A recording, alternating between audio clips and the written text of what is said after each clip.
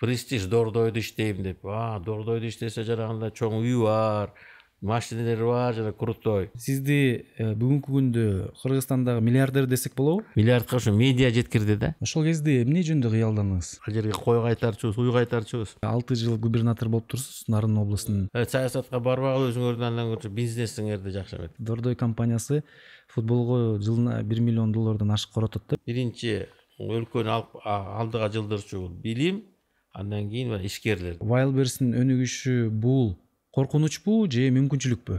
10 эң крупный рынокко кирбедикпи дүйнө жүзүндө. Береке 10 жактан кирет. 9 жагы ошо соодадан келет депчи. Кандай реформаларды аткарганга жетиштиңиз? Это вообще бомба была, да.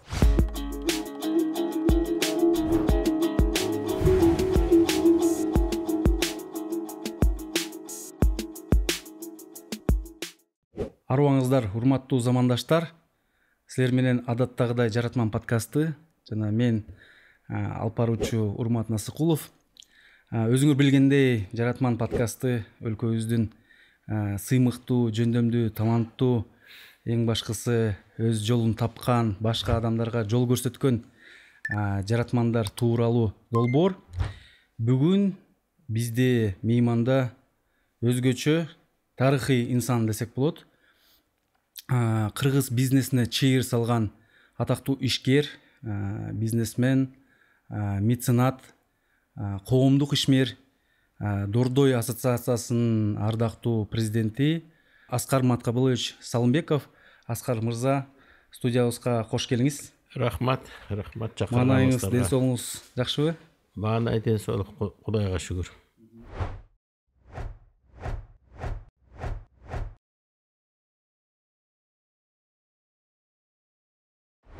Аскар мырза, сөзүбүздүн башында сизге ыраазычылык айткым келет. Анткени бул долбоорго даярданып жатып, кечээ күнү биз жолдоштор менен сүйлөшүп жатсак, мындай суроо болду да: кыргыз экономикасына эң көп салым кошкон инсан ким депчи. Анан мындай карап келсек, сиз болсо ушу Кыргызстандын жаңы тарыхында 91-жылдан баштап эле эң көп жумуш ордун түзгөн, мүмкүнчүлүктөрдү пайда кылган инсан сиз экенсиз да.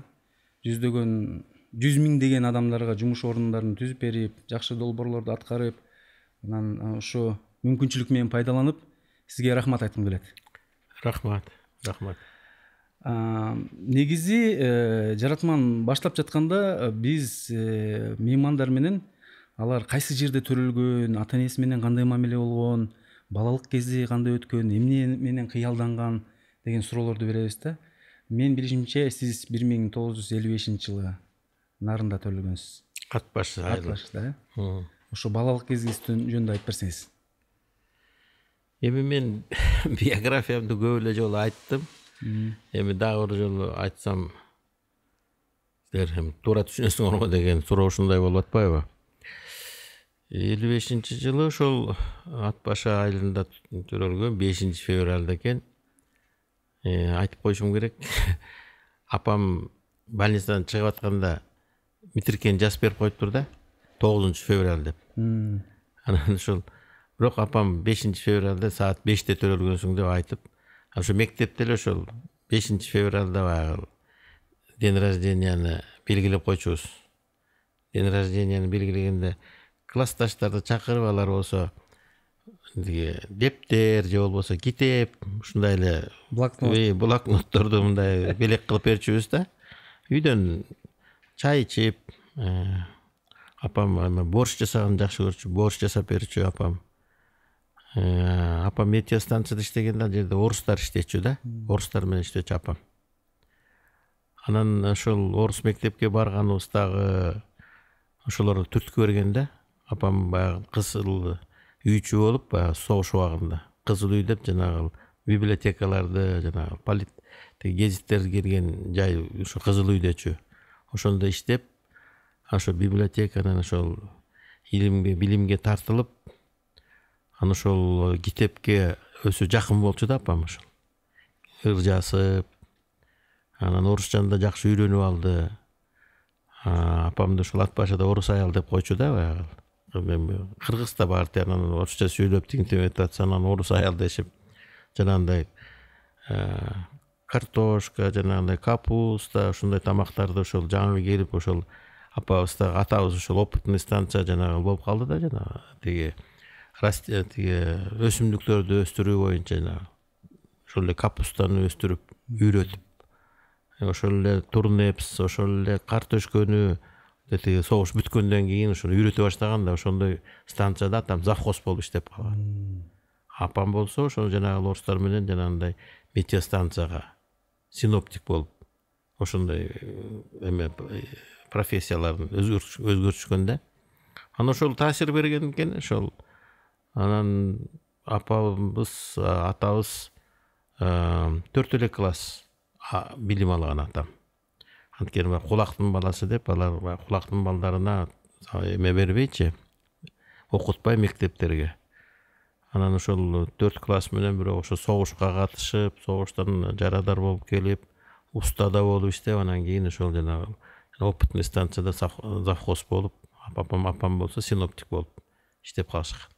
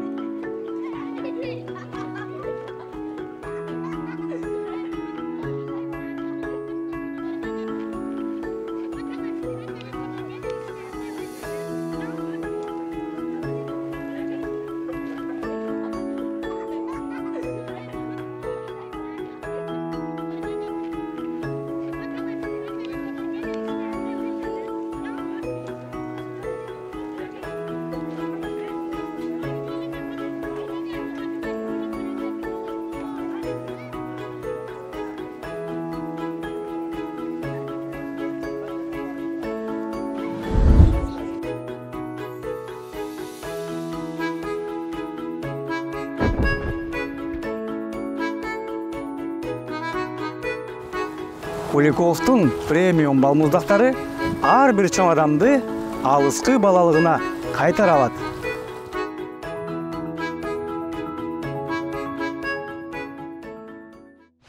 Анан ошо орустардын таасири тиип, анан ошол жерде пограничниктер көп болгон ат башыда.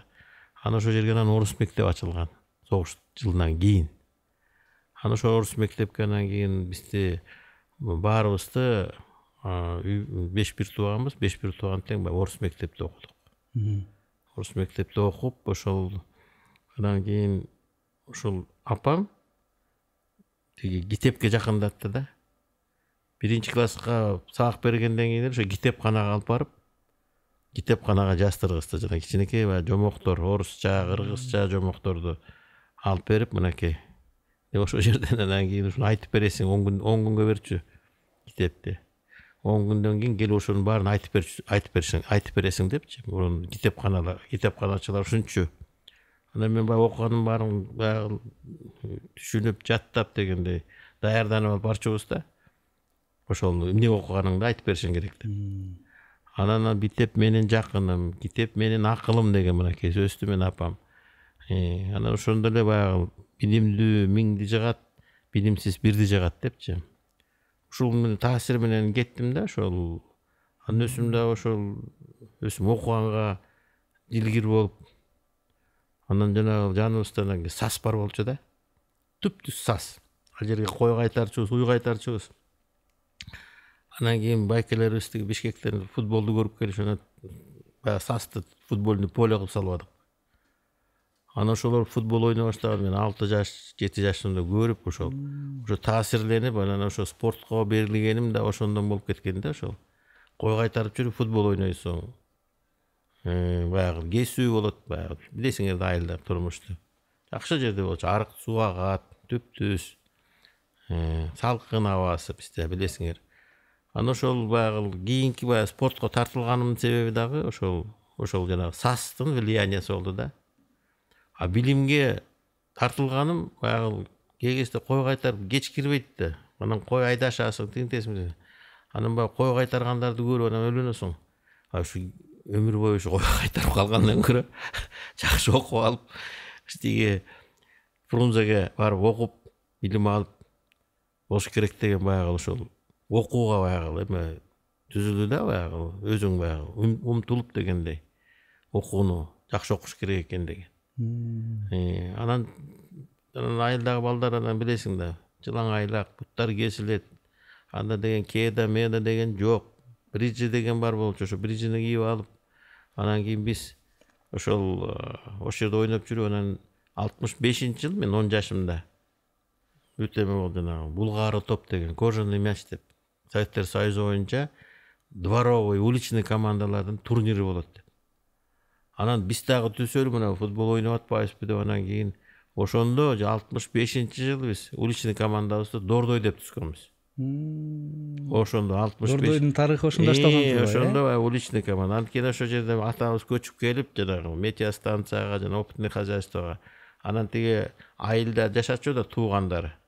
Анан кийин тартылат да райцентрга келип жумушта иштеп дегендей мындай. Анан ошол жерден Дордой деген баягы чоң атабыздын атындагы Дордой уулу деп ошол жерге чогулуп калганбыз. Анан кийин кандай ат коебуз дегендер ошондой Дордой деген ат кетти. Биз биринчи ошол Дордой деген ат баштап түзүп, анан кийин аякта тиги орустардын командасы бар болчу. Аякта уйгур, өзбек, татар, дунган деген элдер, анан ошолор баягы өзүнчө команда ушундай кылып түзүп алып, анан кийин ошол 65-жылы ошол турнирге катышканбыз. Ошол кезде футбол ойноп жүрүп кайсы позицияда ойнодуңуз? Мен полузащитник. Хавбек дейт базыр. Ооба, мен мындай чыйрак, аябай мындай чарчабаган оюнчу болчумун да. Анан мен үйдүн кенжесимин.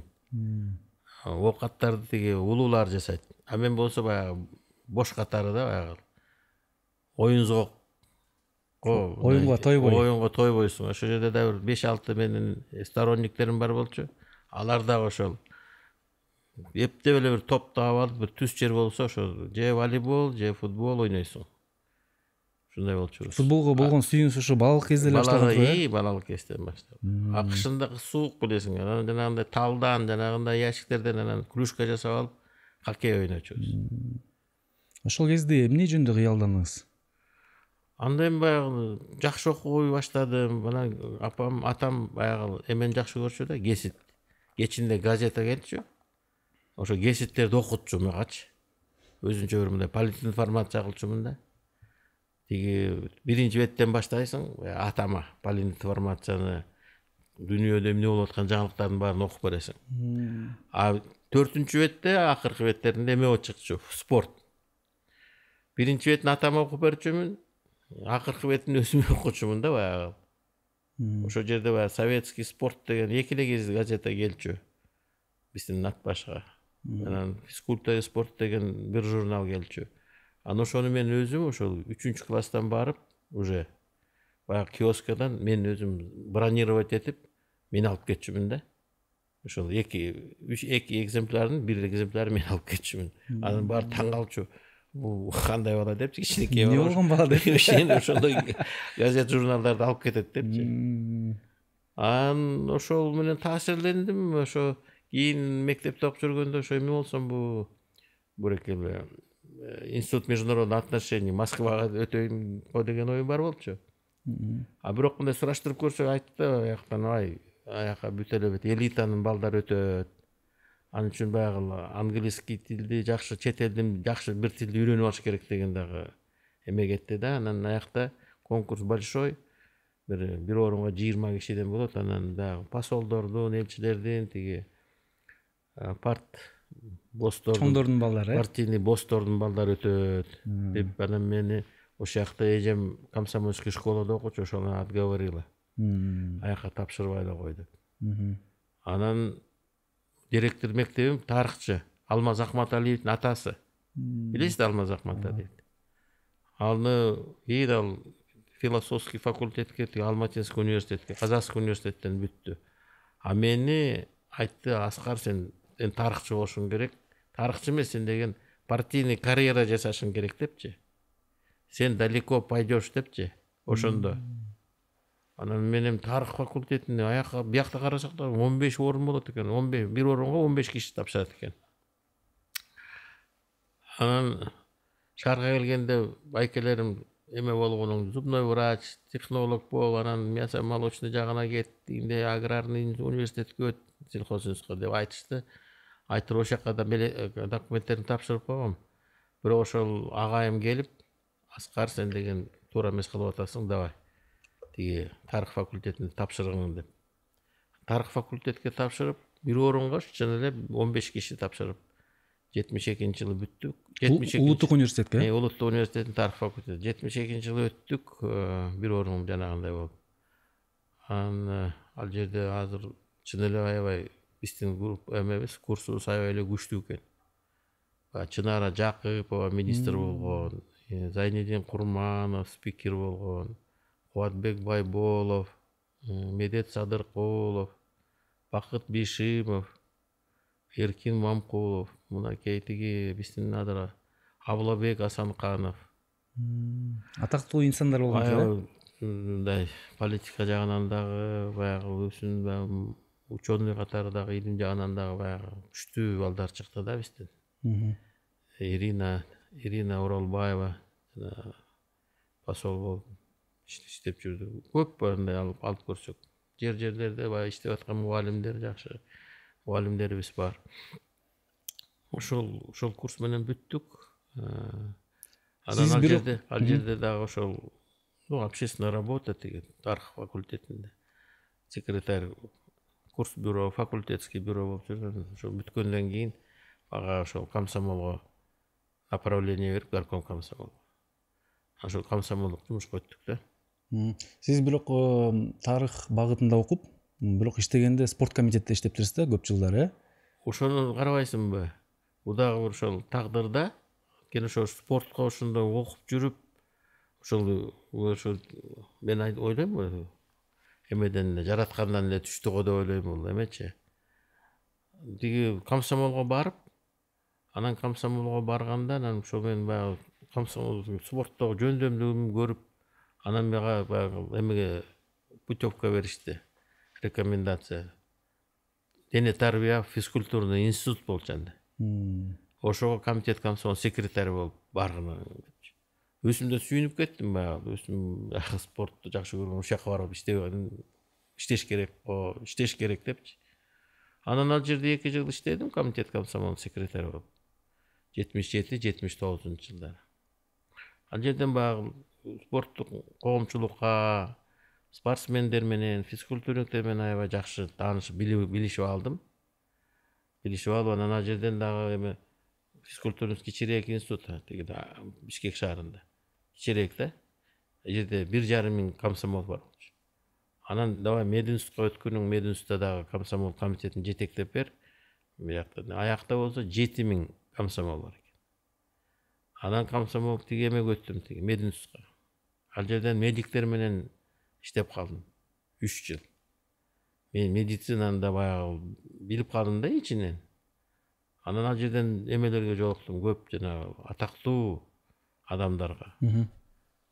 Мамакеев, Мирахимов, Данияров. Анан тиги эмеден көп жана Россиядан келген чоң окумуштуулар, академиктер. Червинский, Рожинский, ой, көп. Ошолордун менен чогуу иштешип, ошол жерден мен көп нерсени үйрөндүм.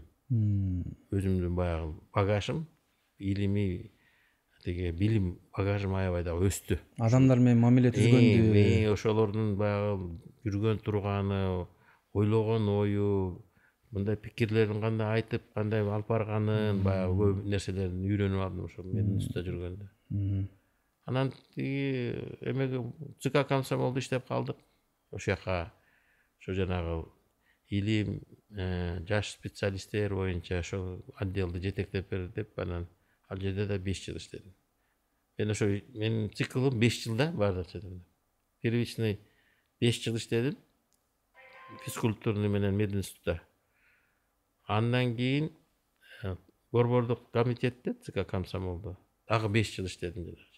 5 жыл. 5 жыл иштегенден кийин мага ошол сен физкультурада иштедиң, спортту жакшы билесиң деп андан аябай жакшы фильтр болчу, аябай база данных кадрларга бүт баарын изилдеп, баардыгын эгер шаарда иштесең биринчи горкомдун биринчи секретарына жер барып собеседование өтчүбүз.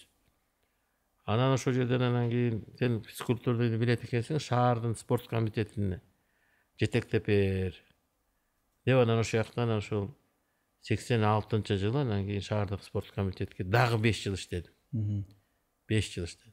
5 жыл срогуңуз бүткөндөн кийин союз таркап кетти. Пятилетке. Ошонун ал эми түшүүбүзгө кирбеген оокат болду. Чын айтканда түшүүбүзгө кирбеген.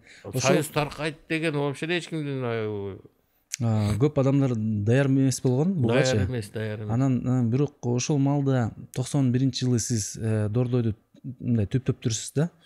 Ошол кезде көптөгөн адамдар өзү жоготуп койгон учур болду да.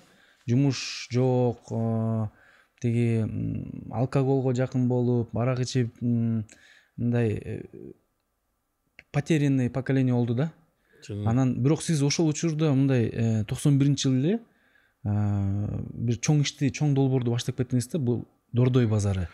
Бул идеяга сизге эмне түрткү болду?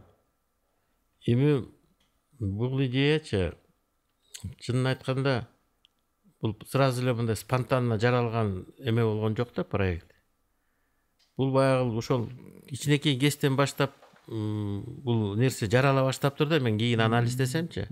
Анткени биздин үйүбүз жанагы биздин Атбашынын базарынын түбүндө болчу. Анан атам жумасына бир жолу базар болот да, дем алыш күнү. Воскресенье. Анан ошол жака бизди ээрчитип алчу базарга. Анан ошо мал базары ошол жерден анан кийин баягы сооданы кандай соодалашып атышат, кандай акча санап атышат, кандай жандык кандай, чоң мал кандай, ошонун баардыгын да сезип билип жүрчүбүз да биз. Атам ошол кезде баягы бир баласын эмеге, жана Шаршембай байкени эмеге алып барчу, мечитке алып барчу. Ошондо дагы кеч эртең менен алып барып, анда дагы мечиттерге эмнеге барасыңар деген дагы мындай саясат болгон. Ошол жакта ээрчитип, анан ошо Бухарага байкени жиберейин деди да, ошол жака медресеге жиберем дегенде, анан аксакал, Маткабыл аксакал, андай кылбаңыз. Ал болбойт, мечитке жибербеңиз, медресеге жибербеңиз деп анан кийин ошону алып калышкан. Андай ишиңизди тыштаңыз, тигиндей кылыңыз дегендей кедер барышкан. Мени ошол мени да базарга алып барчу да. Анан ошондо баягы базар деген эме понятие менде бар болчу. Понятие бар болчу да базар. Кызыгуу, Анан кийин баягы 90-жылдарычы бизде кыйын турмуш боло баштады, анан кийин кишинин баары базарга чыгып бир лишний нерселерин сатканга мажбур боло башташты да. Бирок жана мурун Талчок деген жер бар болчу. Талчок дегенде ошо жана лишний бир нерселерин, эскиргени, оокаттарды Талчокко барып сатчубуз. Анан тиккенибизди же болбосо бир ошол жерде жаап салды. Адырморке Тоголок молдо менен ылдый барганда ошол жерде Талчок бар болчу. Анан ал жерде эмне үчүн жаап салды, мен түшүнбөйм эмгичекти. Анан баягы майда чүйдө саткандар, анан кийим кечектерин саткандар анан эмеге бөлүндү. Ош базарына кетти, Аламедин базарына, Орто Сай базарына, ярмарка депчи. Ал жер батпайт, ал жерге не приспособлено элдин баардыгы. Туалеттер жок. Стоянкалар жок. Анан ошо тегеректеги ошо базарда тегерегиндегилер аябай нааразы боло баштады. Ушундай бир четиндикке бир мындай бир жакшы вещевой рынок салбайбы депчи. Бага дери мен бышып калгам уже 5 жыл. Бүт жана спорт делегациялары менен мен эмелерге бара баштадым. Капиталисттик мамлекеттерге бара баштадым. Социалисттик мамлекеттерге бара баштадым. Анан ошол жерден кийин таң калдым да сооданын кандай коюлганын. Азыркыдай да соода аякта ошондой болчу. Биринчи этаждын баары соодага берилген.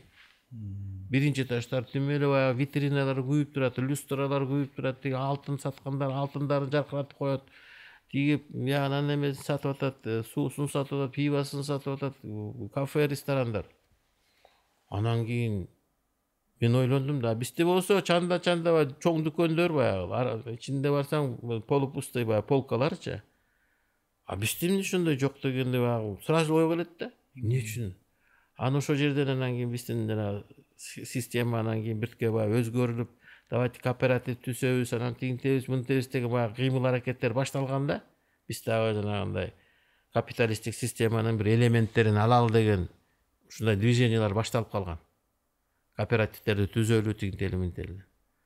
Анан кийин эле ошо биз ачкан жыл, ачабыз деп аткан жыл анан кийин союз таркап кетпеди. Это вообще бомба была да. Шок. Анан союз таркады, а бирок бүт производство, экономика акасы бири-бирин аябай байланышкан экен да, чырмалышкан экен да.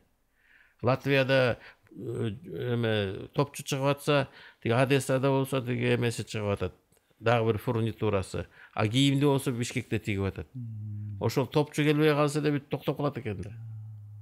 Мен мындай айтып атам, топчу. А тиги болгон жана велосипед, жанагындай башка машина комплектующийлер баары взаимосвязаны экен да. Жанагы месторождениялардын бүт баардыгы. Анан биякта токтоп калса эле анан кийин тиги болуп, анан кийин разрыв хозяйственных связей болуп, ар бирөсүнүн мамлекеттин өзүнүн баягы уставы менен деп коечу, конституциясы менен жашай баштагандан анан бизде деген баягы союзный распределение болгондо бизде чоң заводдор бар экен да. Чоң бар болчу да. Завод Ленин, завод Фрунзе, автосбор, ошол завод. Бүт комплектующийлер башка жактан келет экен да. Анан ошонун баары токтоп калганда бизде мына Бишкек шаарында где-то 80% башка эл болчу. Ну, основном орустар, украинцтер дегенде. Бизде 20% болчубуз. Кыргыздар. Кыргыздар. Анан ошонун баары токтоп калбадыбы? Алардын баары эшикте калды. Анан эмне кылат? Көбүнчөсү анан баягы өзүнүн малы родинасына кете баштады орустар. Кой кетиш керек экен, бияк болбой калды дегендейчи. А бул жерден анан кийин миңдеген адамдар анан жумушсуз калышты. Жумуш болуп атты, бирок ошондо да айлык бере албай, ошол жанагы тиги завод Ленинде чака чайнек чыгарып аткан чака чайнектер менен берди. Арак заводдору эмелерин берди, тиги арагын берип атышты. Пиво чыгарган пиво берип атышты. Аны эмне кылат? Аны сатыш керек да. Аны ошентип мындай жанагындан кийин көбөйө баштады жанагы эмелерчи, Ош базарындагы тегерегиндегилер аябай көбөйүп, уже критический масса уже ал базарлар уже ошончо элди уже көчөгө чыгып баштады да. Выдерживать этип көчөлөрдүн баары эме болуп калбады. Мына стадион Спартак дагы эме болуп калбады уже, базар болуп калган. Анан эмне кылыш керек? Анан ошондо эле мен баягы ойлоп тиги Италиянын чемпионатынан келейтип, Одессага кайрылсак, ошо жерде Советский Союздун эң чоң базары бар экен, Привоз деген. Украинада? Украинада. Анан Одессада токтоп ошол базарга бардык, көрдүк. Да, там все действительно, кроме атомной бомбы, все продается. Айтчу да. Анан что меня зацепило, кирип аткандар эме берет экен жанагы. Тыйын төлөп киришет экен. Анан бизде кирүү акысы мененби, э? Жөн киргенге бир сом чыдап коюшат. Болбосо 10 тыйын, 20 тыйын төлөйт экенсиң.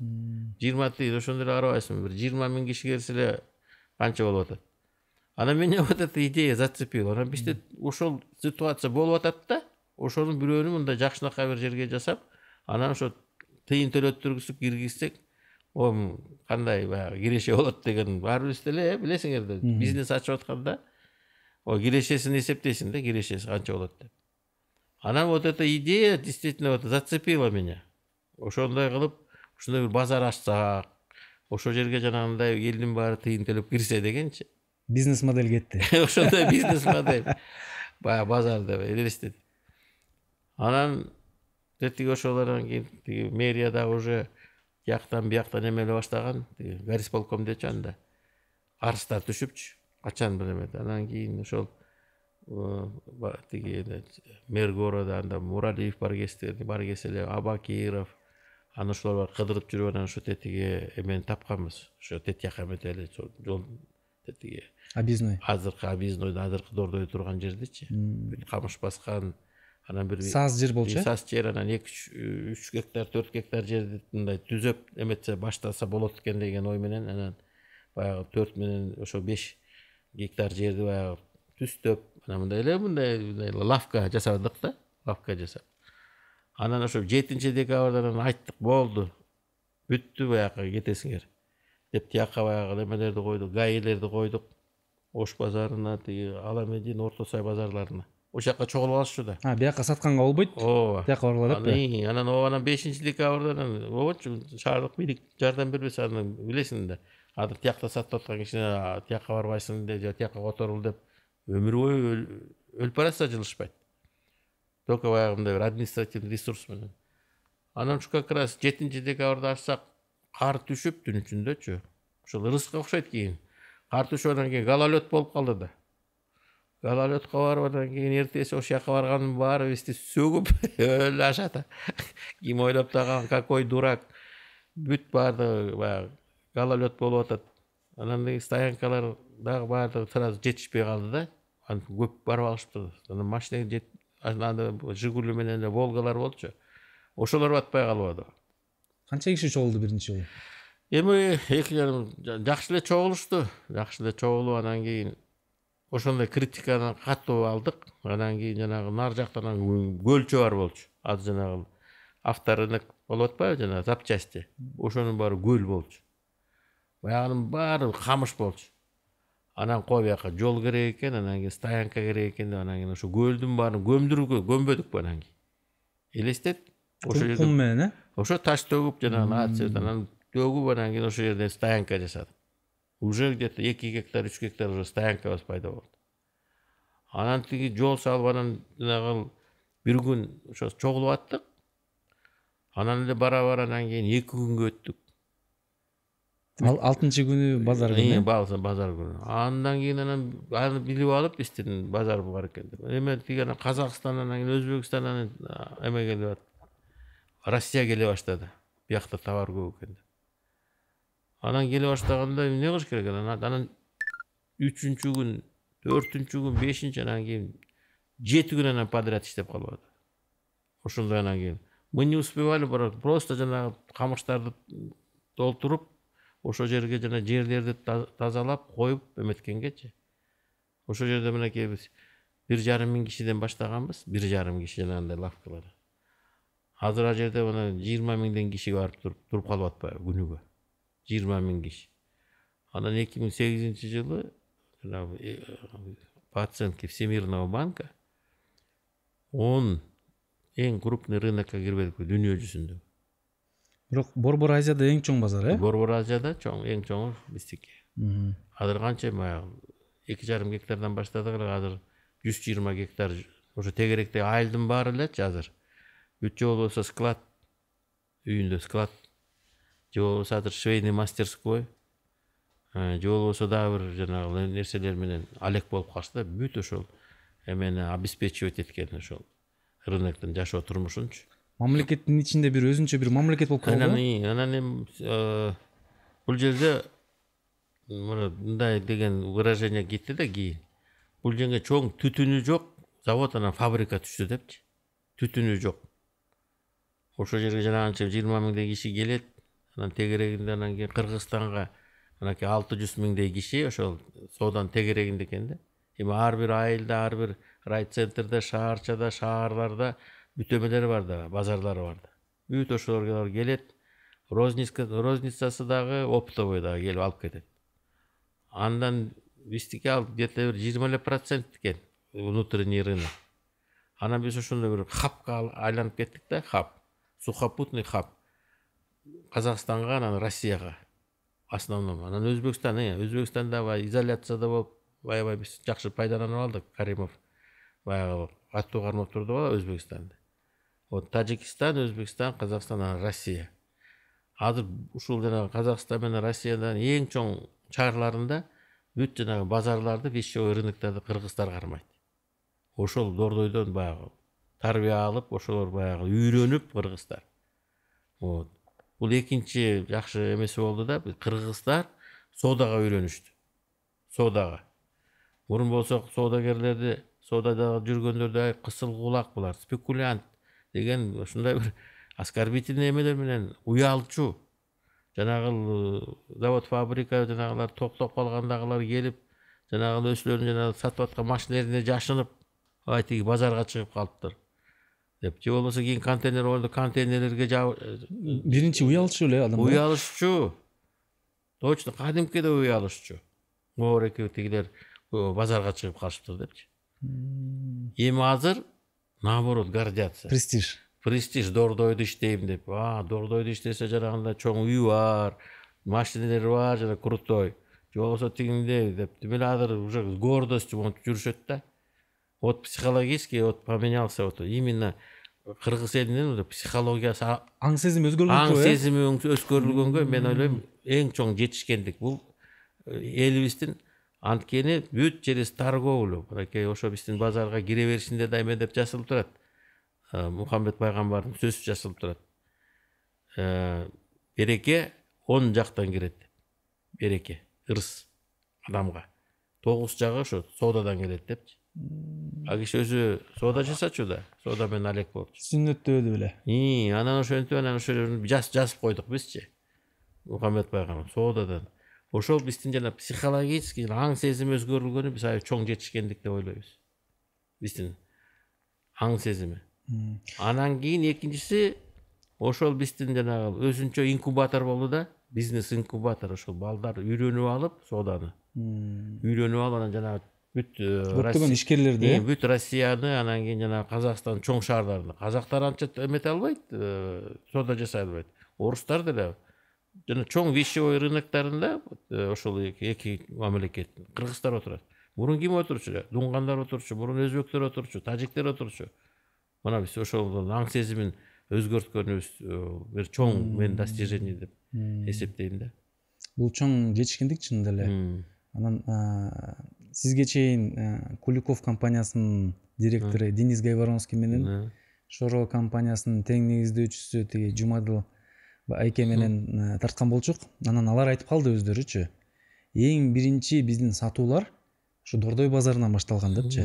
Дордой болсо мындай даражага жетпейт болчук деп алар да ыраазычылыгын айтып жатат да. Тиги эсимде Тауке менен Табылды менен Жука келиптир, шалдыраган Жигулисине жанагы эмени фляга. Эки прицеп бар эмеспи? Жигулилер ташып жүргөн прицептердин эки фляги жармасын. Аязки ошо баардык жерден кубалап атат бизди. Жарма да билесиң да максымын ичип жүрбөдүң. Ой, билем да анан сонун. Анан ооз тийгизди. Анан сонун экен, ой могу жерге тургунуң. Кетпегиниң депчи. Дайым күнүгө келип тур деп. Өзүңүз орун бердиңиз. Орун берип көрсөтүп. Кийин эмеде берген, контейнерге да саткыла деп. Мына Шаки аю. Ошол жерден биринчи эме сатып жүрүп, троллейбус менен барып, Дордойдо баягы соода жасап жүргөндөн кийин үйрөнүп кеткен соодага. Аскар байке айтып атпайсызбы, жана биринчи базарды түптөгөндө аябай чоң критика болду, элдер ашата сөктү депчи. Ошондо сиз бул бизнестин негиздөөчүсү катары ал критиканы кандай кабыл алдыңыз? Анан мындай сизге кой бул жумушту токтотуп эле туралы, бул ой анча жакшы эмес экен деген ойлор болгон жокпу? Жок, шарт түзүп бергиле деген эмне үчүн эметишибиз керек. Наоборот, биз шарт түзгөнгөн кийин ошо шарт жагына көңүл бура баштадык да. Туалеттери, жолдору, анан стоянкалары, ушул дарбазалары көбүрөөк болуш керек. Ар бир рыноктун дарбазасы канча көп болсо, ошончо жакшы иштейт. Ошол нерселердин баардыгы кандай недостаткаларыбыз бар экен. Ошону баягы работали над ошибками, устраняли дегендей. Бүгүн Дордой ассоциациясы бул чоң мындай компаниялардын группасы болуп калды да. Бүгүн кайсы тармактарда бул ассоциация иштеп жатат? Эми биз акыркы жылдары бизнес социально ориентированный деген понятие бар да. Социалдык маселелерге көңүл буруш керек. Социалдык кайсы? Бул билим берүү, бул ден соолукту сактоо, спорт, искусство, культура. Вот ошол жагына биз көңүлдү көбүрөөк көңүл бура баштадык. Айрыкча мынакей ден соолук неденчи кыргызча? Здравоохранение. Дени сак? Дени сак жашоо образы. Дени сак жашоосун анан кийин билим боюнча. Ошол жагына көп көңүл бурдук. Всегда культураны биз эч качан унуткан эмеспиз. Жана жаш таланттарды, бүт эмелерди колдоо боюнча.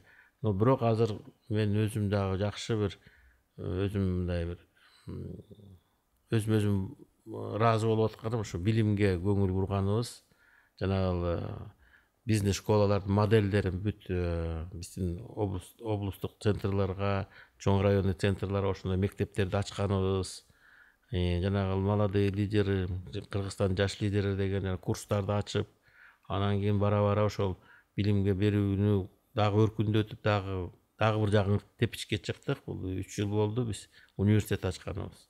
Университет ачкандан 2 направлениясы бар. Бизнес, IT, анан медицина. 3 направление менен иштеп атабыз. Ошо Салымбеков университети. Салымбек университети. Ошо жагынан биз аябай мындай жакшы өзүм удовлетворение алып атам да. Ошол жак жакшы экен чын айтканда. Эми билим берүү анан спорт бул көп деле кириши алып келе турчу жааттар эмес да. Бирок коом үчүн, өлкө үчүн абдан маанилүү да. Анан сиздин оюңуз боюнча бул сизге эмнеге кызыктуу, анан бул эмнени алып келет сизге? Эми билесиңер, спортто жүрдүм, спорт бул деген улуттун намысы. Анан кийин мен чын айтканда өзүм мындай намыскөймүн. Баягы эми намыс деген бул понятие ар бир адамдын намысы болот. Ар бир үй бүлөнүн намысы болот. Айылдын намысы болот. Райондун намысы дегендей. Облустун тигиндей ошо кандай туурабы? Ушундай өзүнүн бир мындай состязательный дух дагы бар да, ошо намыс. Ошо намыс өзүнчө бир мындай катализатор да. Мени мындай түртүп эме турган, намыстанып, эмнем кем башкалардан же болбосо, эмне акылым жокпу, жетпейби, муну жасаса болот турбайбы деген нерсени алып жүрөм да.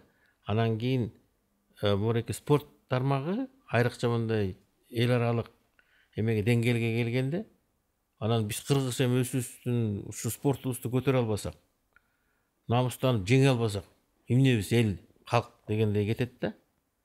Анан ошо спорт, футболду тандап алган, анткени дүйнө жүзү баардыгы ойношот.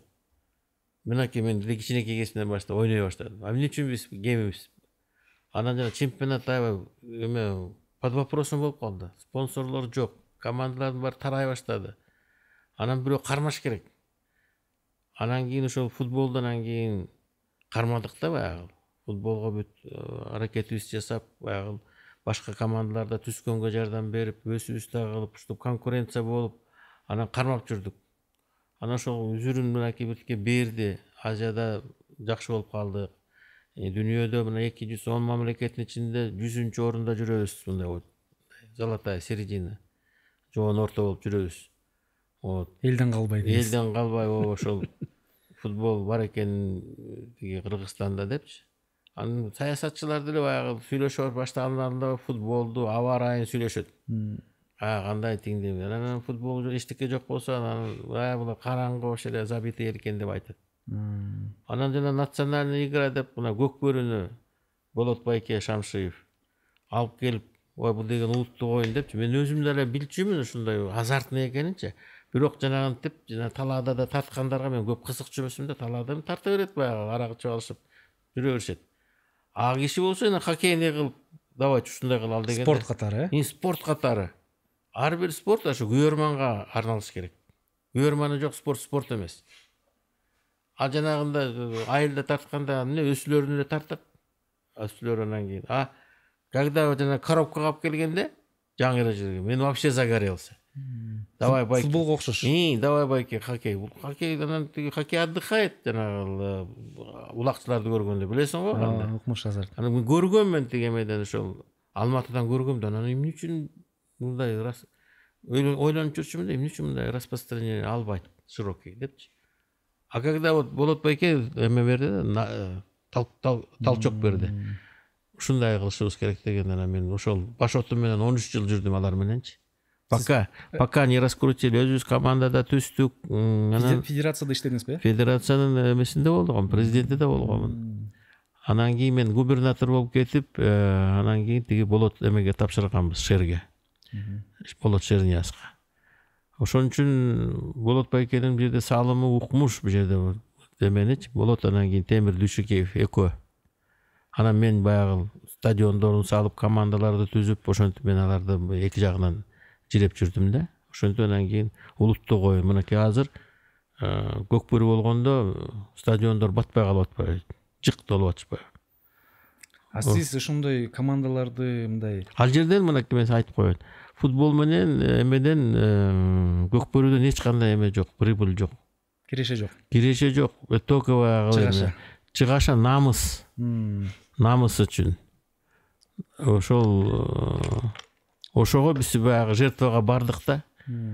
Эми ал жертваны эл түшүнбөсө да Кудайга коебуз да, бирок жанагындай распространение алып кеткенге биз аябай ыраазыбыз.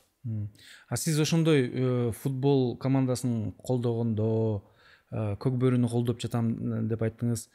Ошол командаларга элдер чогулуп, мындай кызуу оюн болуп, гол киргизип эметкенде кандай сезимдер болот сизде? Эми сезимди баягы футболдогу баягы биз эл аралык оюндарды ойноп атканда көрдүңөр го, Азияда ойноп атканда бүт кары жашы дебей, Колдоп жатты. Кухнядабы, боз үйдөбү иши кылып, бүт эл баары көтөрүлүп, эмне болот деп, билбеген футболдон тетиги аябай эле алыс адамдар ошондуп вовлекация этип кетет да, туурабы? Президенттен баштап баягы жөнөкөй адамдардын баардыгы. Ошондон кийин сүйүнүп баягы эметип турганда ошондо түшүнөсүң да, биз туура иш жасаган турбайбызбы дегендейчи. Анан ал жерден намысты колдон чыгарбаш керек да. Футбол чынында мындай өлкөнү бириктирген спорт да. Анан мындай бир имиштер бар да, Аскар Салымбеков Дордой компаниясы футболго жылына $1 миллион ашык коротот депчи. Бул кандай, чындыкка дал келеби? Дал эле келет. Эми футбол спортко десек болот да. Футбол спортко биз $1 миллион жанагы күрөшчүлөрдү колдойбуз. Женский волейболду колдойбуз. Хоккейный командабыз бар. Жанагы хоккейди көп айтылбайт, бирок биз 5 жолку чемпионбуз акыркы жылдары. Дордой Нарын деген команда. Ошо 5 жолу мына быйыл болсо 2-нчи орунда калдык.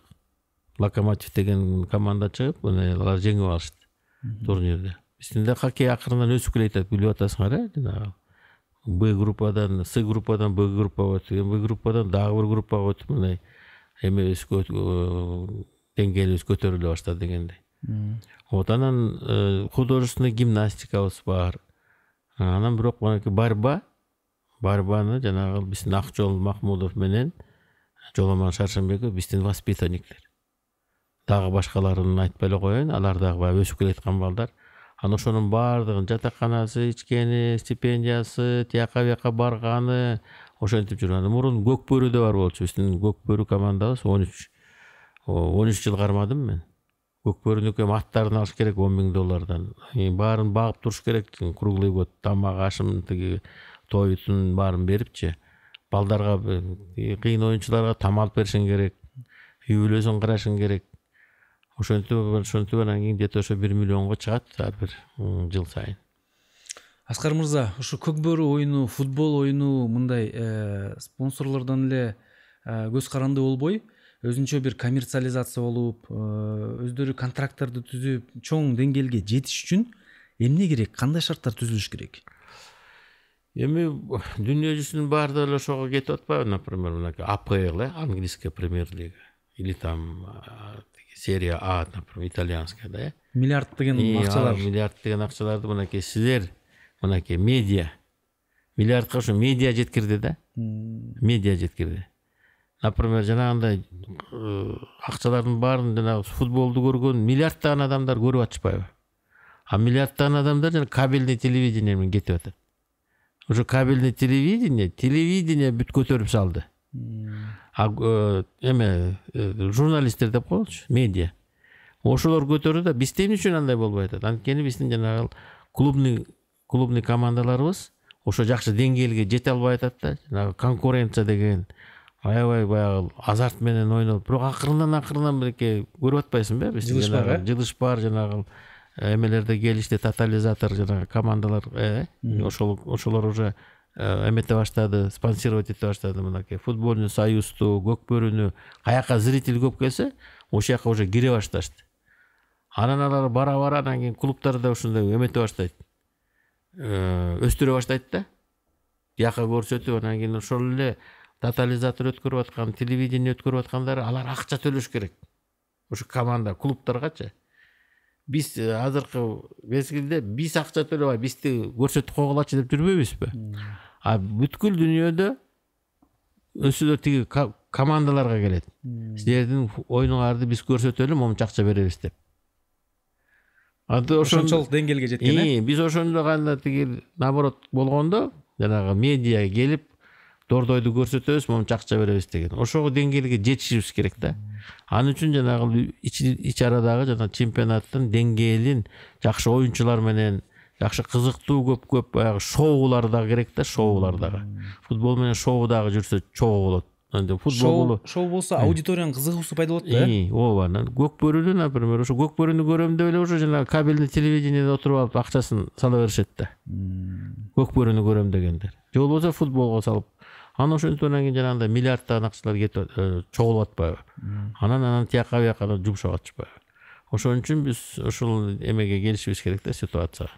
Бир белгилүү ишкердин айткан сөзү эсимде. Мен ошо спортко канча колдоо салым кошкон сайын жаратканыма ошончо берип жатат деген сөз бар экен да. Сиздин ушундай мындай байкооңуз болдубу? Андай деле болот, ооба. Андай деле болот. Например, эми өзүмдүн эмемди айтып коеюнчу. Өзүмдүн примеримди. Мен баягы футбол менен жүрүп дегендей башка нерселерди жасап атам, предпринимательство деле жасап атам, ишкерлик тияк бияк деле жасап атам. Баягы биз Эмираттан жакшы ойноп келгенде президент Сооронбай Шарипович Манас орденин бербөдү. Футбол боюнча мынакей спортко спортко салым кошкон үчүн, например, дейличи, мына. Бир кичинекей пример деп коелу. Ошентип моральный бирок удовлетворение болот. Ошол бекер жасаган эмес экенбиз. Ошол элибизге, журтубузга керек экен деген дагы келет да, баягы ой келип, анан ошентип рахат аласың. А кээ бирде баягы незаслуженно критикалагандачы эметесиң да. Аны айтат, сени сөгүп атат, дордой жаман ойноп атат, футбол жаман ойноп атат деп. Жолдо анан кээ бирлерде түшүнбөгөндөр айтат, футболдон утулуп калса Салымбеков эмне кылып атат депчи дегендейчи. Же болбосо ошондой нерселер айтылат. Анан мен айтам, эл түшүнбөсөм Кудай бар деп. Кудай жараткан түшүнсө болду дегендей эме менен кетесиң да, принцип менен. Ал эми өзүбүз баратабыз, өзүбүзгө баягы элге керек экенчи. Элге керек экен. Журтта да анан жана социально ориентированный деген ошол бизнестики ошо керек да. Аны ким жасай алат? Аны ошол өзүбүздөн эл үчүн, жер үчүн күйгөндөр гана жасай алат. А кээ бир баягы золотой телец деп коет го, жанагы акчанын аркасынан түшкөндөр, же болбосо алар баягы сен айтпадыңбы азыр? Менден байлар дагы бар, жана айткандачы, жанагы строй компаниялар бар, жанагы компьютер менен иштеп таап аткандар бар. Бирок алар эми баягы башка мындай эмеси жок да алардыкы. Ул эл үчүн, например, жер үчүн жасап берейин дегендер. Мен ачык эле айтам, анан андай только өзүлөрүн ойлогондор, катуу деп коесуз. Өзүлөрүн ойлогондор эле толтура, чын айтканда. Өзүнүн көмөчүнө тарткандар толтура. Эми аларга эмне деп айтасың? Эми алар өзүлөрүнүн Кудай алдында өзүнүн эмесин өткөрүп атышат да, эме. Бирөө бөлүшөт экен, бирөө бөлүшпөйт экен дегенге. Бирок мен учурдан пайдаланып, мен айтат элем, Кыргызстанга жанагындай эме бутуна туруп калган, жакшы бизнеси жакшы жүрүп аткандарга мен да кайрылат элем. Ушул культурага, мына уязвимый жанагы отрасльдар бар. Культура, спорт, тиги ден соолук, билим берүү ушак жагын көңүл бурсак жакшы болот эле. Биз билимдүү өлкө болушубуз керек. Билимдүү, айрыкча билимдүү болсок, мына Кореяны көрүп атабыз, Японияны көрүп атабыз, башка мамлекеттер жанагындай бизде дагы бар го, жанагындай кумтөр дегенде алтын, гендерибиз бай эле мамлекетпиз. Бирок ошо геңдерди көп ага көп көңүл бурбайбы, акылыбызга. Тигилер жетти го, например, Кореянын же нефтиси жок, же газы жок, же темири жок, же жыгачы жок. Бүт ошолордун азыр биринчи эмеде катарда жанагы эмелерди кемелерди жасап атат, самолеттор жасап атат, жанагындай электронный бүт продукциянын баардыгын ошол, например, Кореяны эле алалы дечи, Кореяны. Кандай өнүгүп кетти? Акылы менен, билими менен. Жаңы технологиялар менен. Жаңы технологиялар. Биз да ошого эмне керек ан үчүн? Ан үчүн жакшы базовый мектепте анан кийин жакшы билим беришибиз керек. Аскар Маткабылович, сиз менен жолугушуунун алдында мен теги маалыматты даярдап, интервьюларыңарды көрүп, мурунку статьяларды окудум да. Анан көп жерде мисалы Forbes'ко да чыккан статья бар экен, Дордой жөнүндөчү, сиз тууралуу. Кээ бир жерде жазылып турат, по разным оценкам состояние оценивается от 500 миллионов до 1,2 миллиарда дейт да. Сизди бүгүнкү күндө Кыргызстандагы миллиардер десек болобу? Жок, биздечи мен баардыгына дагы бир жолу түшүндүрмө бергем. Кыргызстанда вот миллиардка чыгыш биздин рыногубуз азыркы, биздин жүрүп аткан отраслыбызда андай азыркы биз жанагындай аренда тиңдей мындай нерселерди эсептеп келгенде биз азыр миллиардка жете албайбыз. Анан кийин кээ бирлер бизди давно эле баягы миллиард деп эле эсептей берет. Кыргызстан мындай көбүртүп жабыртканда да жакшы көрүшөт да, чын айтканда. Так, по оценкам биз миллиард деп бир кезде Максим Бакиев уккам ошол эмеде, тиги Москвада мен миллиард уже заработал деп ошо бир ресторанды жаап алып айткан нерсеси бар экен да. Анан миллиардты ошондо эгер жанагындай көп тармактуу нерселердин баарынан чогултуп келсе, анан Кыргызстанда банк, ягын, биягын эметип келгенде анан ошо миллиард можно заработать. А вот чоң мамлекеттерде Индия, Китай, например, мындай эмелери бар, природный жанагы богатстволору бар, газ, нефтилер бар аякта эртерээк мындай. Эли да көп аякта. Эли да көп ошол. От населения, от рыноктун баягы масштабтарына зависит. Аскар байке, Wildberries электрондук базары, маркети аябай өнүгүп жатат. Жакында эле анын негиздөөчүсү Татьяна Бакальчук миллиардер айымкен Кыргызстанга келип кетти да. Анан сиздин компанияңыз үчүн, Дордой үчүн, Дордойдо иштегендер үчүн Wildberries'in өнүгүшү бул коркунучпу же мүмкүнчүлүкпү? Мен ойлойм, бул жерде мүмкүнчүлүк деп ойлойм. Анткени Wildberries менен Татьяна менен мен да жолуктум. Жөнөкөй эле мынакей кореянка Россияда ушундай бизнести ачып өсүп, нөлдөн баштап эле баштаптыр. Үйүндө отуруп. Анан кийин карабайсыңбы, достижение успеха тигиндей баягы кээ бирлер айтат го, тигиндей базасы болуш керек эле, анан тигиндей, анан мындай депчи. Анан вот нөлдөн баштап ушул миллиардер болуптур. Анан Wildberries электронный продажа менен эметет да, алек болушат. Бул эми азыркы мезгилдин баягы таламы, азыркы жанагы онлайн эмелерчи, продажалар.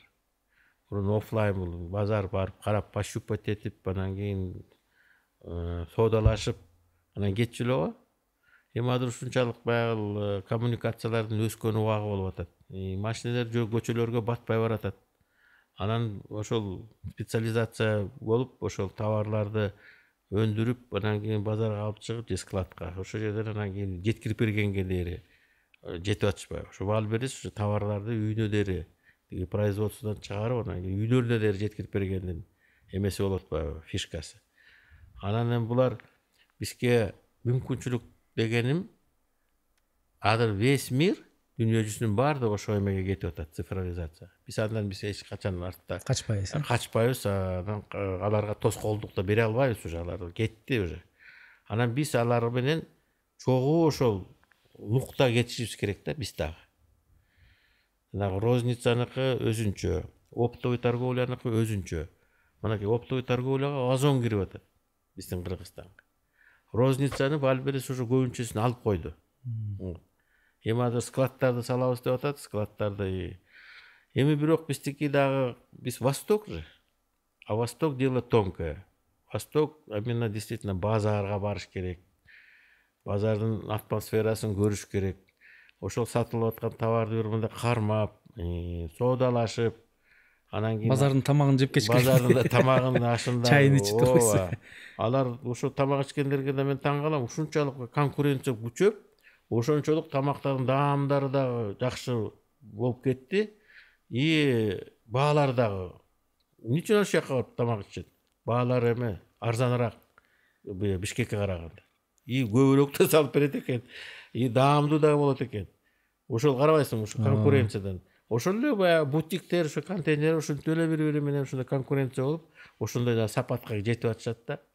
Бул конкуренциядан коркпош керек. Анан биздин баягы өсүбүздүн баягы офлайн кала берет. Базар өлбөйт. Базар өлбөйт. Бирок эми чоң складтарга кетиш керек жана оптовый дегендей. А бирок жанагындай соода мен ойлойм бизде кала берет. Сиз айтып калдыңыз, губернатор болдум депчи. Мен билишим боюнча 6 жыл губернатор болуп турсуз Нарын облусунун. Анан бул рекорд турбайбы Кыргызстанда? Ооба, 6 жыл. Мен иштегенде 6 жылда кээ бир облустарда 6 губернатор же 10 губернатор алмашып кеткен убактарда болду. Сиздин оюңуз боюнча ошо губернаторлуктун натыйжасы кандай болду? Кандай реформаларды аткарганга жетиштиңиз? Анан ойлогон ой максаттардын баарын ишке ашырдыңызбы? Мен оор убакта болуп калдык ошол 1998 жылдан 2005 жылга дейин. Оор убакыт болчу, анда дагы жана пенсия, зарплаталар убагында төлөнбөйт. Тем более Нарын облусу дотационный.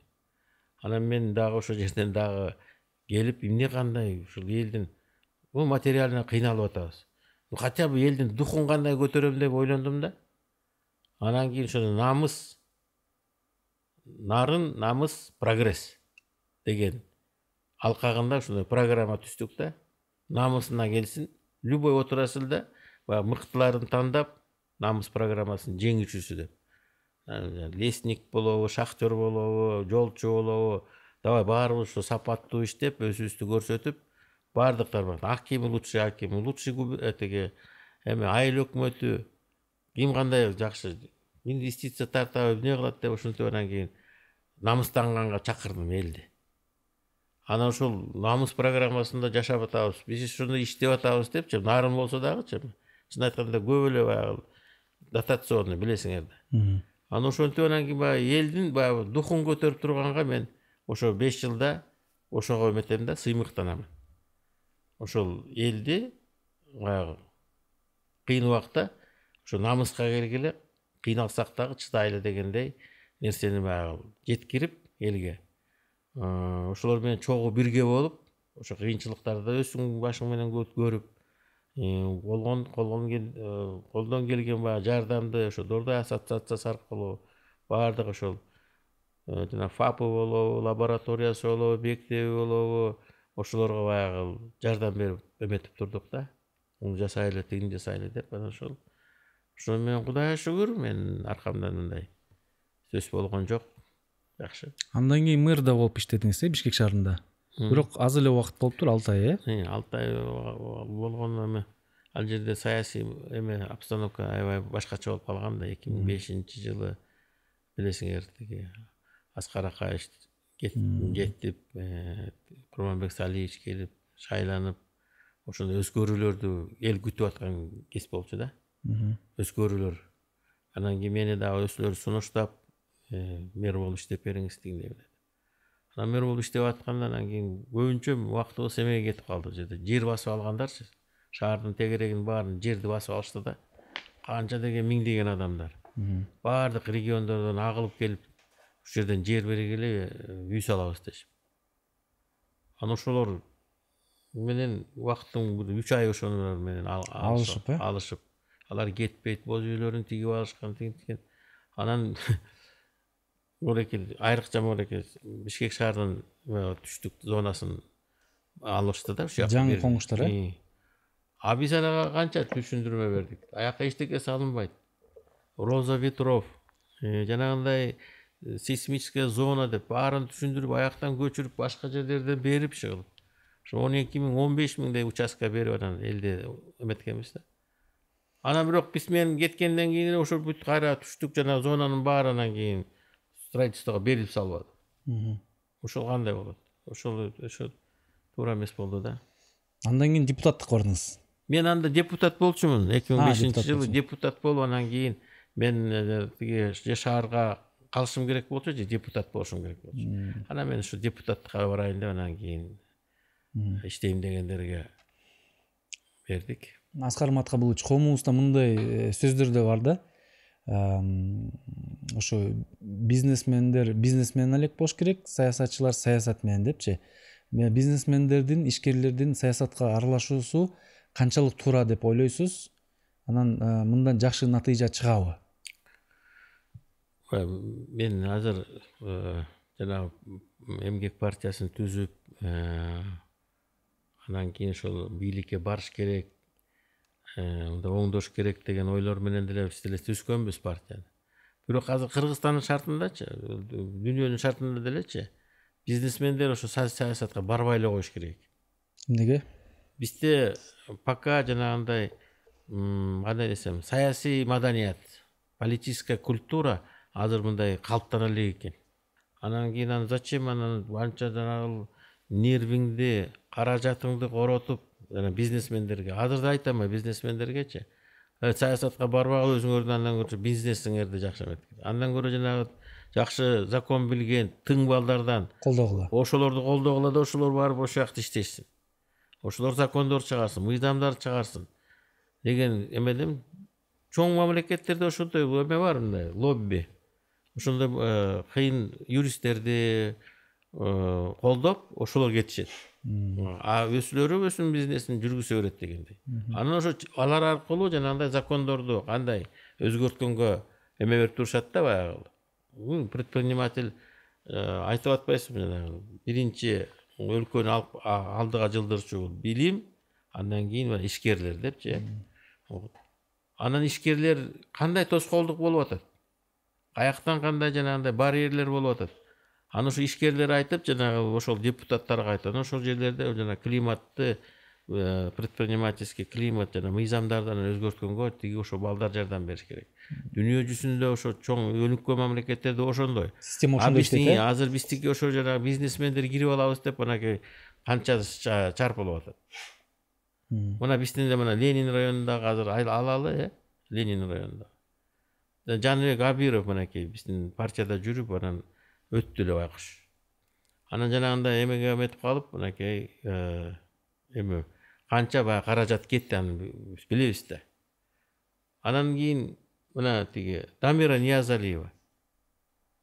Дамирага мен мындай ичимен коюп атат дегенде билип алып, койбой эле койсо болмок дедим да.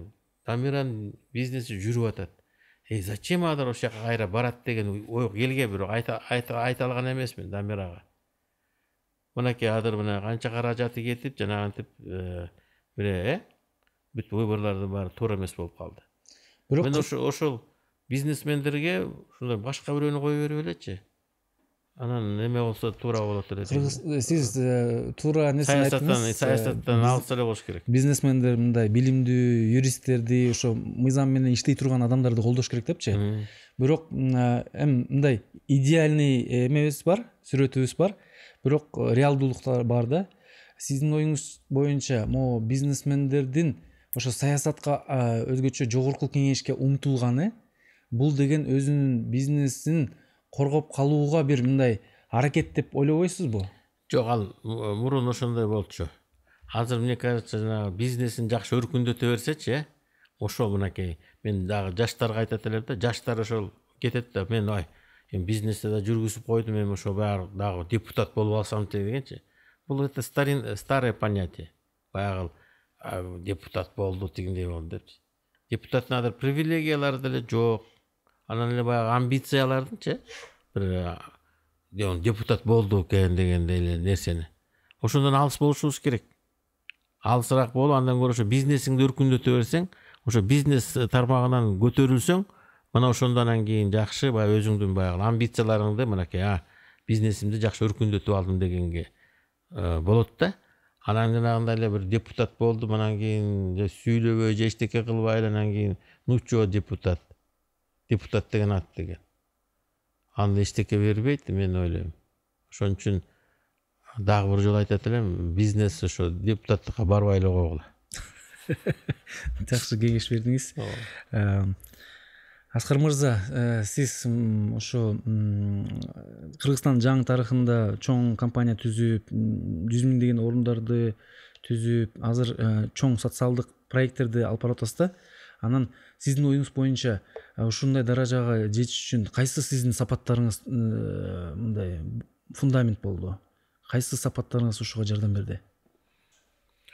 Эми мурекел эмеге да биринчи баардык нерсени жасаш үчүн эме керек да, билим керек да.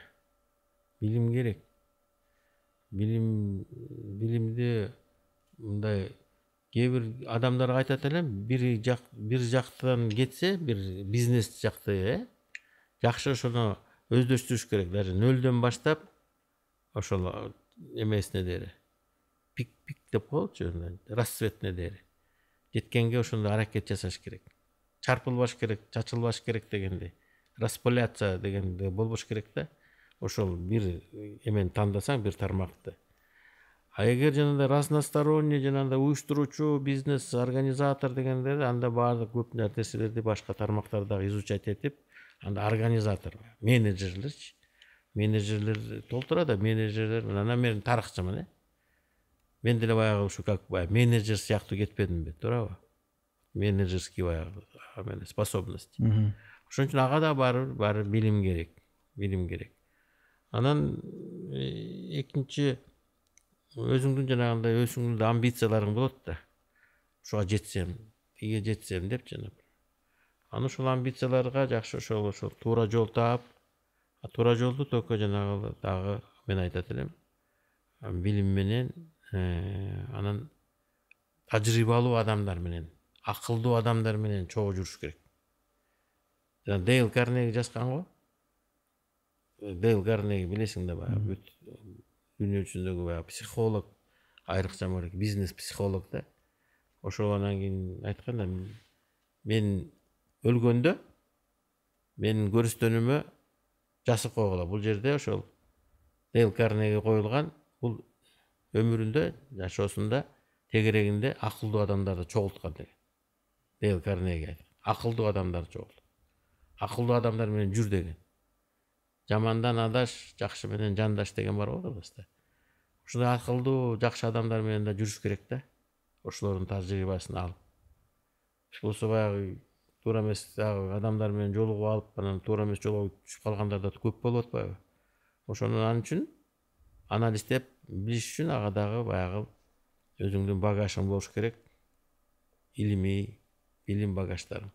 Анан ошол аркылуу анан кийин целден анан кийин кете берет. Биз эми баягы базар аркылуу жетип алып, мындай анан ойлоносуң да, кайсы дагы башка тармактарды көтөрсөк, өздөштүрсөк деген. Бир тармакты жакшы айтып атпаймынбы? Бир нөлдөн да пикке жеткенден кийин анан ойлоносуң. Мындай простым языкпен айтканда, баягы жумурткаларды баары эле бир сеткага салып койбой, жумурткаларыңды ар кандай эмелерге саласың да. Ошо бизнесте эле ошол баягы многопрофильный, анан кийин биягы они же подвержены таким рискам. Я, например, адыр мезгилде бул бизнес жакшы болуп турса, эртең бул бизнес өчүп калышы мүмкүн. А кайсы бизнес өркүндөйт? Ошону дагы мындай анализдеп. Эртеңкини баягы бүгүнкүнүн баягы кайсы бизнес, кайсы келечеги бар. Келечеги жогун бандай карап, ушундай нерселер менен анализ жакшы болуш керек. Акылдуу адамдарды чогултуш керек деп атпайсызбы? Сиздин араңызда акылдуу адамдар көппү азыркы учурда? Эми акылдуу адамдар бизде жакшы адамдар толтура биздечи. Айрыкча биз мына бизнес мектепти ачып, молодые лидеры Кыргызстана деген фонд ачып, биринчи эме биздин фондду ачкандан кийин анан ошо молодые лидеры Кыргызстана деп баштадык да. Анан ошол жерден анан кийин карап көрсөк, балдар көп экен. Умтулганчы. Жаштар. Анан азыр биздин ошол жаштардан биз эметип атабыз да. Баягы алып, иргеп, ошол балдар чыгып азыр ошо жанагы биздин акыркы проектлерде ошол жаш балдар жасап атышат ошол жактан тандалган балдар. Мына ошо жанагы университетте бизнес школаларды жанагындай ден соолук программаларын ошол жаштар өткөрүп атышат да. А кайсы адамдар, кандай инсандар менен мындай жакынданыңыз келбейт, мындай чогуу иш алып барбайсыз эч качан? Эми андай адамдар эми бирок башындачы бизнес баштап атканда биздин кыргыз балдар, мен улан кыздарга айтат элем да, алар эми биринчи ориентир эмеден болот баягы. Жердештери, классташтары, курсташтары, туугандары. Анан туугандар баягы бирөө жакшы мындай ийгиликтер жетип атса, анан баягы туугандар ошол жака жол чогула баштайт. Анан баягы беш кол тең эмес дегендейчи, ошол эле классташтары, ошол эле жердештери, ошол эле баягы туугандары баары бирдей эмес да. Баары бир ар кандай характери бүт баардыгы, жасаган иштери баардыгы. Анан баягы адамдын өзүнөн зависит этет да, например, эгер күйүмдүү болсочу, жанагы недостаткаларына карабай делечи, ошо баары бир колдой келет. Анткени менин бир тууганым же болбосо мореки классташым, жердешим менен кыйналып атат дегендей. А кээ бир болсо ошондойлор кирип алып, наоборот баягы ишиңе тормуз барьер болгондор, тоскоолдук кылгандар дагы баягы өзүнүн менталитетине, өзүнүн баягы өнүгүп өсүшүнө карата инсандык. Ошондон баягы тормуз болгон нерселерди мен башыман көп өттү, чын айткандачы. Ошол эле достордун арасында, ошолордун арасында. Ошол жерден баягы эми акылдууларын табыш керек экен да. Билимдүү эмең болсо, тиги сопернигиң болсо, даже душманың болсо, лучше, чем жанагы необразованный, караңгы билимсиз, караңгы билимсиз душман ал деген вообще эле неадекватный, он такое выкинет. Хоть баягы түшүнбөйсүң да. Ошон үчүн баары бир баягы түшүнгөн, билимдүү адамдар менен эметиш керек. Анан кийин бара мен дагы өзүмдү карайм да, мен өсүлөрү белгисип коет баягы өзүнүн недостаткаларынчы. Мен бир көз жумам, эки көз жумам, үч көз, бирок баягы оңолбой тургандарчы, оңолбой эле кетет экен. Ошо оңолбой жаткан туугандарды эмне кыласыз? Сиз аларды мындай четке чыгарып коесузбу же улантып бересизби иштегенде? Эми кандай десем бул жерден, очень чын айтканда кыйын маселе болчу. Мен баягы убакыт бергенге, оңолсун деген эбеге дагы ушундай эметем да, эми оңолуп кетер депчи.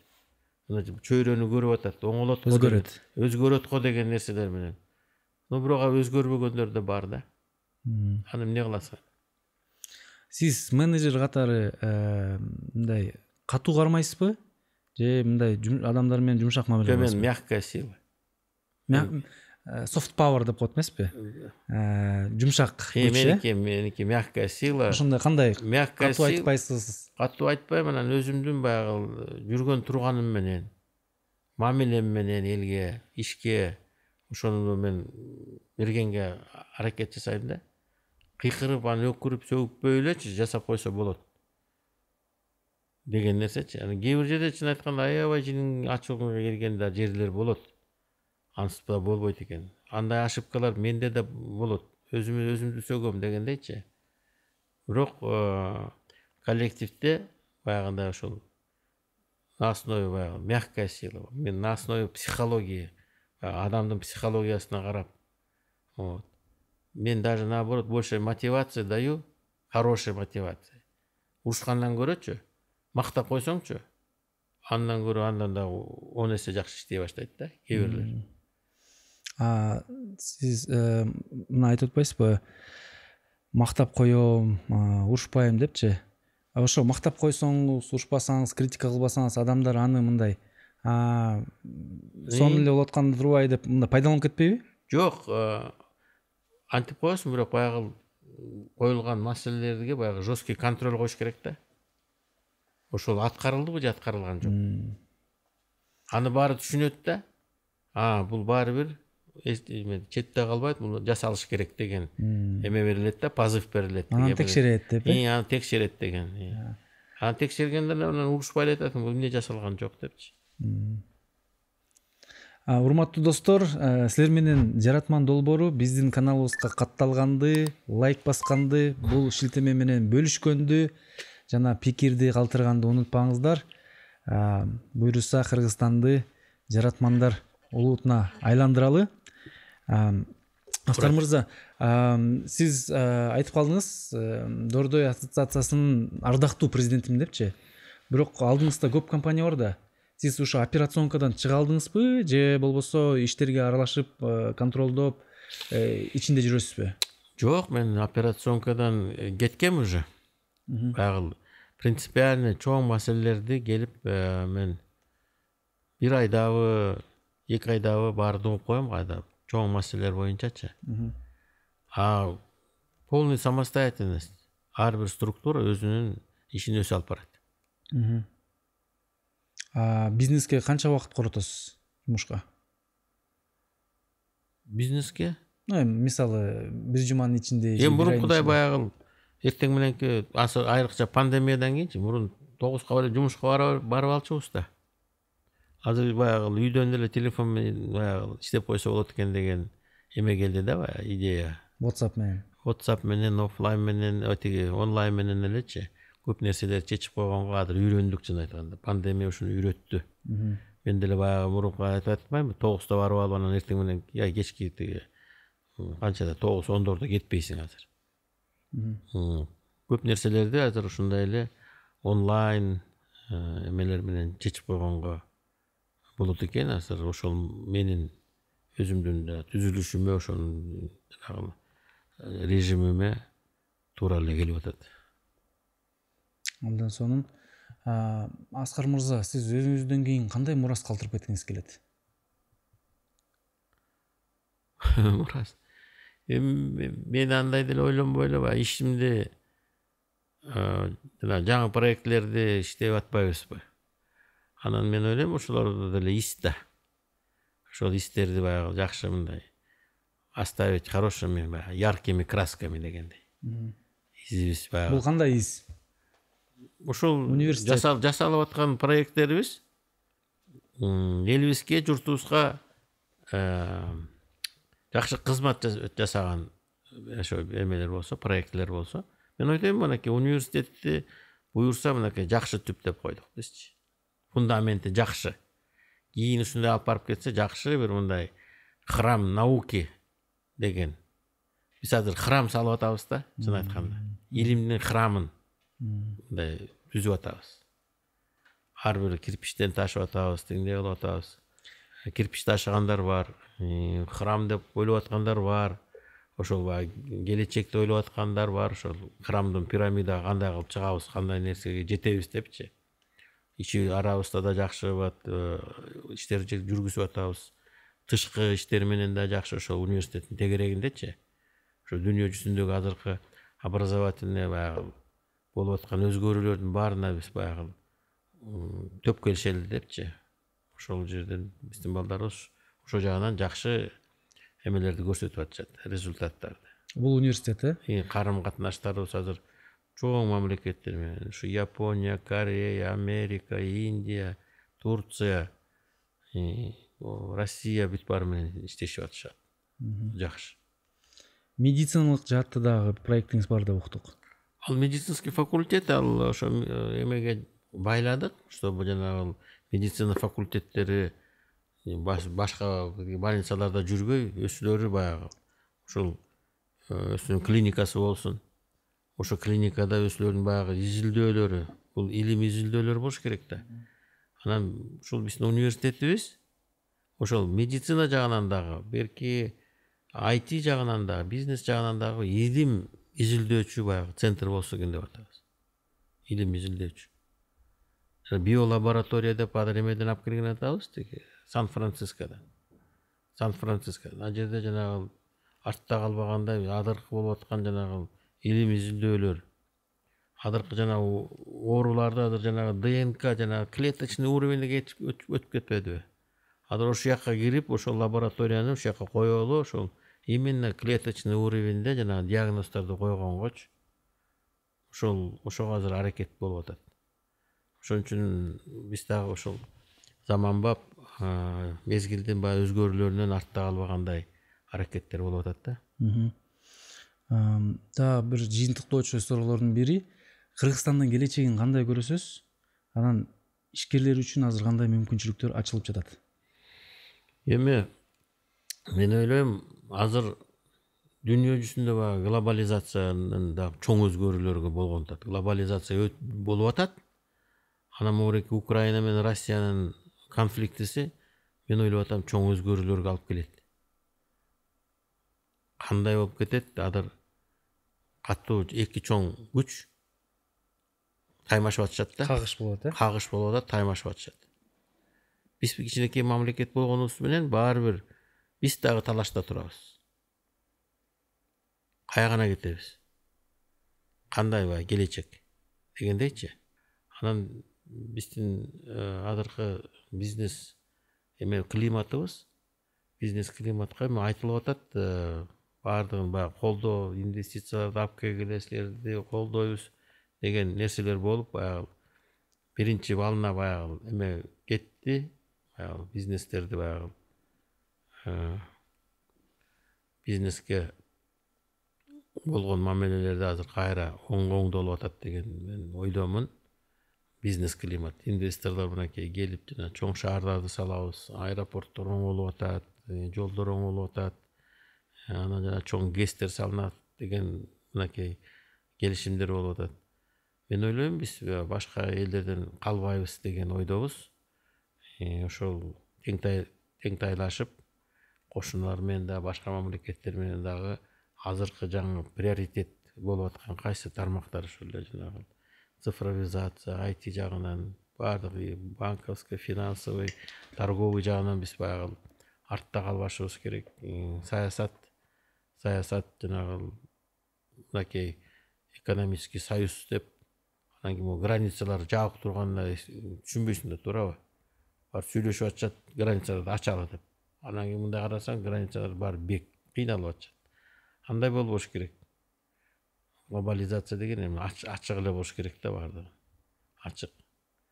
Анан өзүбүздүн баягы мамлекеттин чакан мамлекет болгондон өзүбүздүн баягы саясатыбызды дагы туура жүргүзүп, ошол эле кошуналар менен баягы эме болуп кетпейли да, конвергенция болуп, мындай биз бизди бир проглотить этпегендей болуш керек да. Бизди баягы эгемендүүлүктү сактап калыш керек, өзүбүздү өзүбүз сактап, баягы даже демография жагынан деле, экономика жагынан деле, башка көп жанагындай бир веяниялар болуп атат го, баягы нравственный. Ошо баягы сөзүнүн каада салт, баягы нарк населебизди сактап калганга аракеттер жасалыш керек деп ойлойм. Анан ошондо өнүгүүсү, баягы келечек болот деген ойдом. Жакшы. Анан Аскар мырза, эгерде биздин көрүүчүлөргө, угуучуларга мындай бир кыска, бир жакшы дем бере турчу сөзүңүз болсо, азыр кайрылып кетсеңиз болот да. Ушу сиздей ийгиликтүү ишкер болуш үчүн кайсы принциптерге колдонуш керек? Урмат, бул жерде мындай да, ушинтип суранып калышат. Аягында эмне деп айтасыңар депчи. Мен айтчуну айттым. Анан баягы түшүнгөн адамдар түшүнөт да, анан кийин дагы бир эки сүйлөм мененчи алга Кыргызстан деп койсо дегендей эле болот да. Ошондой сөздү айтыш мен ойлойм, азыр ушу 1,5 саатта мен айттым окшойт. Кайсы нукта кетишибиз керек, кандай деген баягы түшүнгөн адам өзүнө тыянак жасайт го деген ойдомун да. Мен айтарым ушул болот го деп ойлойм. Анан бир эки сөз менен айтыш же болбосо бир сүйлөм же болбосо кайрылуу. Эми келечегибизди өзүбүз жасайлы. Мен калкыма, элиме айтарым, баардыгыбыз өзүбүз биринчи жакшы жакка өскөрүлөлү, өзүбүздөн баштайлы баардыгын. Бирөө тигинтип коюптур, мынтип коюптур дебей, өзүбүздөн баштайлы, өзүбүздүн келечегибизди өзүбүз баягы аргыбызды чабалы дегенди айтат элем. Баардыгы өзүбүздөн. Баардыгы болуп аткан саясаттагы баардыгы ошол өзүбүздү оңдосок, ар бирибиз жакшы жакка, Кудай жараткан жакшы нерселерди берген да. Жанагы шайтандарга тияка бияка аскарылбагыла деген. Ошол бир Кудай берген жакшы жактарыбыз менен өскөрүлө баштасак эле, Кудай берет. Жакшы өзгөрүүлөр болот. Алтын сөздөр. Анан Аскар Маткабылович бүгүн куру келбептирсиз. Мына могу биздин улуу жазуучубуз Чыңгыз Төрөкулович Айтматовдун бюстун ала келиптирсиз. Силерге ушул офисиңерде турсун. Дайым бул кишини карап түзөлүп туралы. Чоң рахмат. Бул бизге чоң мындай белек десек болот, символикалык. Муну көргөн сайын Чыңгыз Айтматовду, сизди эстеп, ушундай Аскар Маткабылович берди деп турабыз. Анан биздин мындай адатыбыз, традициябыз бар. Ошо чыгарылыштын эң кызыктуу комментарийдин авторуна биздин меймандар бир символикалык бир приз сыяктуу, белек сыяктуу айтышат да. Анан бүгүнкү чыгарылыштын эң кызыктуу комментарийдин авторуна эмне берели? Эми комментарийлер көп эле болуш керек. Мен ойлойм бир 4-5-өөнүн тандагыла. Анан кийин бир чогуу бир мындай ужинбы же обед жасайлы. Сиз менен чогуу отуруп, дагы суроолору болсо баарлашып, таанышып дегендей. Мен с удовольствием, например, жанагы бир мындай кандай деп кеңеш, убактыңызды бөлүп бересиз. Убакытты бөлүп, мындай кандай кеңешип, мындай бизнес боюнча, башка нерселер боюнча сүйлөш, адамдык баягы болуп аткан. Манакей достор, өзүңөр көргөндөй, өзүңөр күбө болгондой, Кыргызстандын тирүүлөө легендасы десек болот. Ой, айтпайт. Аскар Маткабылович Салымбеков силер менен жолукканга даяр. Мындай белектер биздин долбоордо гана болуп атат. Ошон үчүн сөзсүз түрдө бизди да колдоп туруңуздар. Сиздин колдооңуздарга биз муктажбыз. Бул колдооңуз дегенде эмне? Бул каналга сөзсүз түрдө катталыңыздар. Бул чыгарылыш менен бөлүшүңүздөр. Пикир калтырыңыздар, лайк басыңыздар. Бизге ошол колдоо чоң дем күч түрткү болот. 7 киши чогулалы, 7 киши. Сени менен ошондо дагы 5 киши тандасаңар. Биз командабыздан 1-2 киши болуп баралы. Калганда абдан сонун болот. Менин оюмча бул маек кызыктуу, эсте кала турчу бир жакшы жолугуш болот. Аскар Маткабылович, сонун кызыктуу маек болду. Ушинтип алтын убактыңызды бизге бөлүп, жаштарга жакшы кеп кеңешиңизди айтып, тажрыйбаңыз менен бөлүшүп, өткөн баскан жолду айтып бергениңиз үчүн ыраазычылык этмекчибиз. Негизи сиздин эле мындайча айтканда окуяларыңыз, сиздин тарыхыңыз көптөгөн адамдарга мындай эме да, дем күч берет. Мен да бир өзгөчөлүктү айтып кетейин. Мен Бишкекте 50 жыл болду жашаганым. 72-жылы келгем. Бүгүн канчанчы 13-жыл бу? Şu 13-жыл эң ысык күнү бүгүн болуп атат окшойт. Мен Саудовский Аравиядан келбедим бе? Ал жерде ушу 42-43 ошо Саудовский Аравия Риядтын көчөлөрүнө чыкканда ушундай ысыкты сескем да бүгүнкүдөй. Бүгүнкү интервью ошо эң ысык горячий интервью болду окшойт. Чоң рахмат Аскар мырза. Сизге ийгиликтерди каалайбыз. Сау болуңуз. Рахмат.